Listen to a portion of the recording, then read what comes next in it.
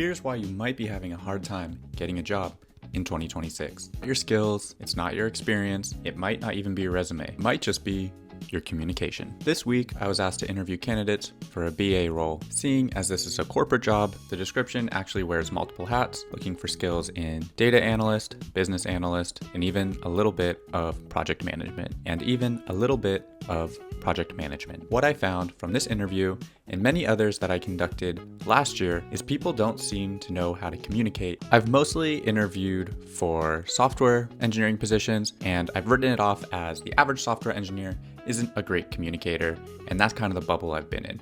But I would have expected BAs to be able to communicate much more effectively. However, the interviews that I conducted yesterday were as structured as a pile of mashed potatoes. The questions that I asked were met with answers that were rambling, many buzzwords, and information that I just didn't really know how to put into context. I thought maybe my issue is that I just don't know BA speak. So at the end, I asked the candidates to summarize a favorite movie, book, or TV show. No one could pass this simple question. The summarizations I got were 10-minute long monologue that left me wondering, how are they even gonna write a JIRA story? If you have an interview coming up, I challenge you to film yourself trying to describe your favorite book or movie and see what it looks like. If it feels like it's going all over the place, try to tighten it up. And then with that skill, try to do that with any answers that the interviewer asks you. I've noticed that in the 30 to 45 minute interviews that I've conducted over the last year and a half, I generally only get in 4 to 5 questions because the candidate will take 5 to 15 minutes to answer one. Oftentimes,